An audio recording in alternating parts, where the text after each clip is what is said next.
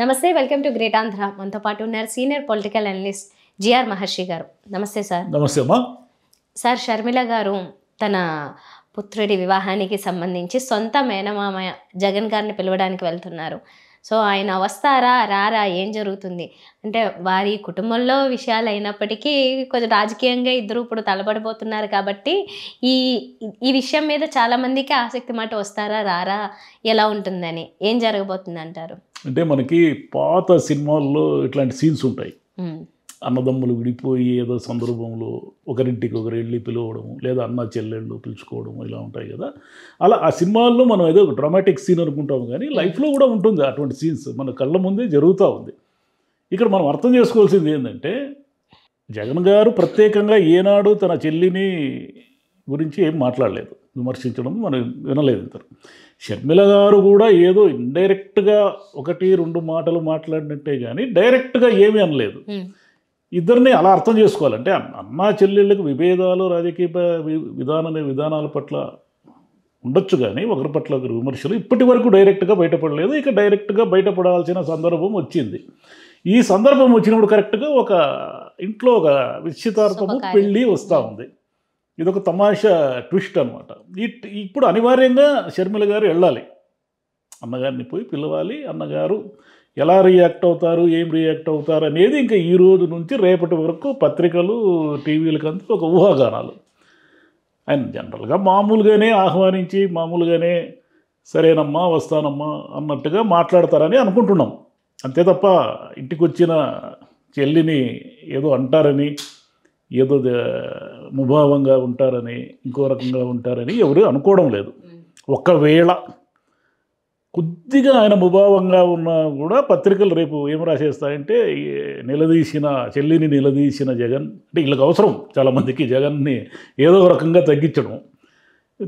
చెల్లిని నిలదీసిన జగన్, లేదంటే చేసిందంతా చేసి ఇప్పుడు వచ్చావా అని అన్న జగన్, ఇలా ఏదేదో మాడతారు. ఇవన్నీ కూడా జరిగే అవకాశాలు లేవు. ఎందుకంటే అక్కడ ఏం జరుగుతుంది అనేది ఎవరు లీక్ చేస్తారు, జగన్ గారి వైపు నుంచి బయటికి రాదు ఏం జరిగింది అనేది. షర్మిల గారి వైపు నుంచి ఎవరైనా చెప్తే చెప్పొచ్చు, ఎందుకంటే ఇప్పటి వరకు అక్కడి నుంచే బయటకు వస్తున్నాయి. ఆమె పార్టీ పెడతారని కానీ, కాంగ్రెస్లో చేరతారని కానీ, ఢిల్లీకి వెళ్తారని నిన్న చెప్పారు. కానీ ఆమె నిన్న నోరు విప్పే వరకు కూడా ఆమె కాంగ్రెస్ పార్టీకి సంబంధించి ఇన్ని రోజులు ఏం మాట్లాడలేదు. అంటే ఆంధ్రప్రదేశ్ చీఫ్గా తాను వస్తాననే విషయం ఎక్కడా చెప్పలేదు. అది కేవలం ఊహాగానాల మధ్య నడిచింది, కానీ ఇంకా క్లారిటీ వచ్చేసింది.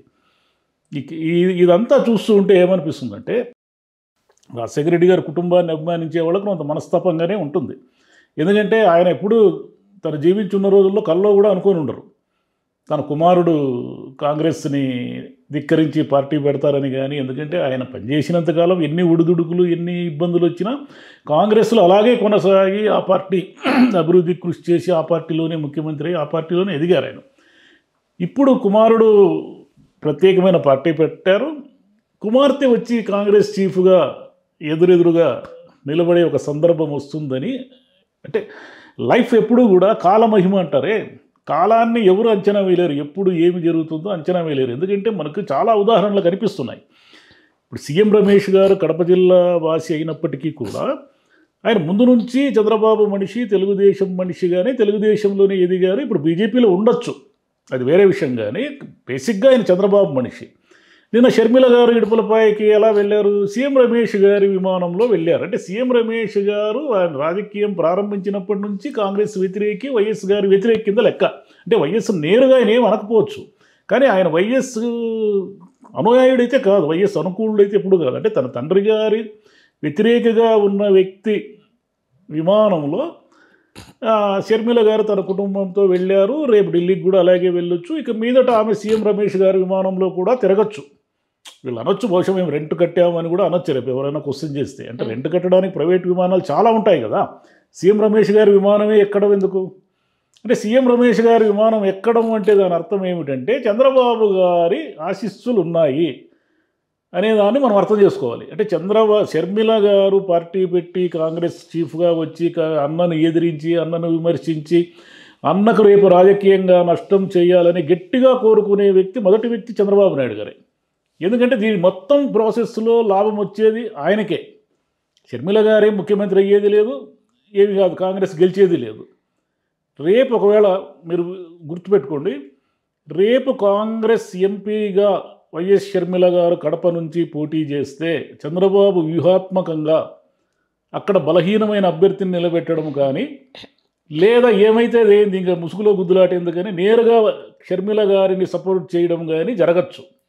రాజకీయాల్లో ఇది జరుగుతుంది, ఇది జరగదు అనడానికి ఏమీ లేదు. షర్మిల గారు రేపు తన మొత్తం కుటుంబం రాజకీయంగా పుట్టినప్పటి నుంచి వ్యతిరేకించిన తెలుగుదేశం పార్టీతో పొత్తు పెట్టుకుని, లేదా తెలుగుదేశం పార్టీ మద్దతుతో ఆమె రేపు కాంగ్రెస్ ఎంపీ అభ్యర్థిగా నిలబడినా మనం ఏమీ ఆశ్చర్యపోవాల్సిన అవసరం లేదు. రాజకీయాలు ఇట్లనే ఉంటాయి. కాబట్టి ఈరోజు సాయంత్రము ఆమె వెళతారు, జగన్ గారిని పిలుస్తారు, కుటుంబాన్ని అన్న వదినల్ని పిలుస్తారు, వాళ్ళు వస్తామంటారు. ఇవన్నీ జరుగుతాయి, రొటీన్గా జరుగుతాయి. అక్కడ ఏవైనా చిన్న ఇది జరిగినా కూడా రేపు అంటే రాజకీయంగా జగన్కి నష్టం చేయడానికి ప్రతి సాధనాన్ని యువతల వాళ్ళు ఉపయోగించుకుంటారు. కాబట్టి అక్కడ ఒకవేళ ఏదైనా జగన్ గారు ముభావంగా ఉంటే దాన్ని రాజకీయంగా ఒక పెద్ద సీన్ చేసేసి అన్నా చెల్లెళ్ళ యుద్ధం, ఒక శుభకార్యానికి చెల్లి వెళితే ఆయన సరిగా రెస్పాండ్ కాలేదు అంటే చూశారా, కుటుంబం పట్ల జగన్ ప్రవర్తించే తీరు చూశారా, కుటుంబం పట్లే ఇట్లా ప్రవర్తిస్తే ఇంకా ఆయన రాష్ట్ర ప్రజలను ఏమి చూసుకుంటారు, ప్రజల పట్ల ఏం బాధ్యతగా ఉంటారు అనేది ఒక ప్రచారం చేయాలి. ఈయన 5 ఏళ్ళు 4.5 ఏళ్ళు కరోనా టైంలో కూడా పథకాలు ఇచ్చారు, ఇవన్నీ చేశారు, ఇవన్నీ గాలిగిపోతాయి. ఈ సెంటిమెంట్లు ఇవన్నీ, ఈ సెంటిమెంట్ల ప్రవాహం ఎలా ఉంటుందంటే ఆయన ఎలాగైనా సరే జగన్ని ఈ ప్రాసెస్లో అన్నా చెల్లెళ్ళ మధ్య జరుగుతున్న ప్రాసెస్లో ఒక విలన్గా చిత్రీకరించడం అనేది టీడీపీకి కానీ వీళ్ళందరికీ కూడా చాలా అవసరం ఇప్పుడు. కాబట్టి రేపు అలాంటిది ఒకటి ఏదో జరగబోతూ ఉంది. సార్, ఇది చిన్న విషయమైనా ఇప్పుడు వేరే వేరే ప్రాంతాల వాళ్ళు ఎలా చూసినా కూడా మీరు ఇందాక అన్నట్లుగా కడప లేకపోతే పులివెందుల ఈ ప్రాంతాల్లో ఈ వీళ్ళిద్దరి కాన్ఫ్లిక్ట్ని ఎలా చూస్తారు? అసలు వైఎస్ రాజశేఖర రెడ్డి గారి వారసుడుగా జగన్ని అంగీకరించేశారు కడప ప్రజలు కానీ పులివెందుల ప్రజలు కానీ. షర్మిల గారి మీద అభిమానం ఉండొచ్చు, ప్రేమ ఉండొచ్చు, కానీ ఇదంతా ఒక అన్నా చెల్లెళ్ళ మధ్య వాళ్ళ కుటుంబ ఇదిగానే చూస్తారు తప్ప దాన్ని ఒక పార్టీల తగాదాగానో రాజకీయ తగాదాగానో ఇంకేదోగా చూడరు వాళ్ళు. రేపు వైసీపీ బలంగా ఉంది, వైసీపీ ఇదిగా ఉంది కాబట్టి వైసీపీ వైపు వెళతారు తప్ప, అంటే రాజశేఖర రెడ్డి గారిని అభిమానించేవాళ్ళు కొంత భాగం జగన్ గారి పట్ల ఇష్టం ఉండేవాళ్ళు షర్మిల గారి వైపు వెళ్తారు. దానివల్ల చంద్రబాబుకి లాభానికి బదులు నష్టం కూడా జరుగుతుంది.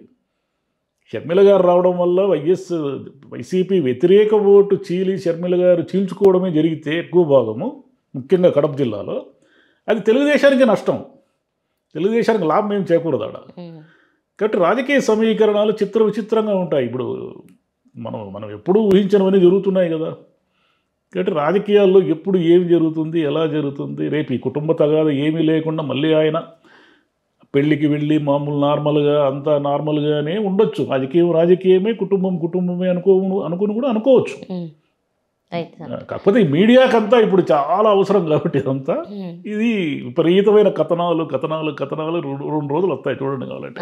ఇది కుటుంబంలో విషయం కాబట్టి మనం ఇంత సుదీర్ఘంగా మాట్లాడుకుంటున్నాం. కానీ గతంలో కూడా ఇలాంటి ఫంక్షన్స్ పార్టీస్లో బాగా అంటే రాజకీయంగా బాగా తలపడే వాళ్ళు పార్టీల్లోని ఫంక్షన్లో కలిసి చక్కగా మాట్లాడుకునే వాళ్ళు చాలాసార్లు చంద్రబాబు నాయుడు గారు, వైఎస్ రాజశేఖర రెడ్డి గారు ఏదైనా సమావేశాల్లో చాలా స్నేహంగా కలుసుకుని చాలా స్నేహంగా నవ్వుకునేవాళ్ళు, కూల్గా ఉండేవాళ్ళు. ఈ రాజకీయమే, వ్యక్తిగతమే. అలా చాలా జరుగుతాయి జీవితంలో, చాలా జరుగుతాయి. కాకపోతే సెలబ్రిటీల ఇళ్లల్లో, రాజకీయ నాయకుల ఇళ్లల్లో జరిగినప్పుడు అది పెద్ద వార్తలుగా మనకు కనిపిస్తాయి. మన ఇంట్లో కూడా చాలా ఉంటాయి ఇలాంటి విభేదాలు ఇవన్నీ కూడా. ఈ పెళ్లిలో కూడా ఇంకెంతమంది అలా ఫేస్ టు ఫేస్ కలుసుకుంటారో ఇంట్రెస్టింగ్గా ఎన్ని జరుగుతాయో చూద్దాం సార్. Thank you.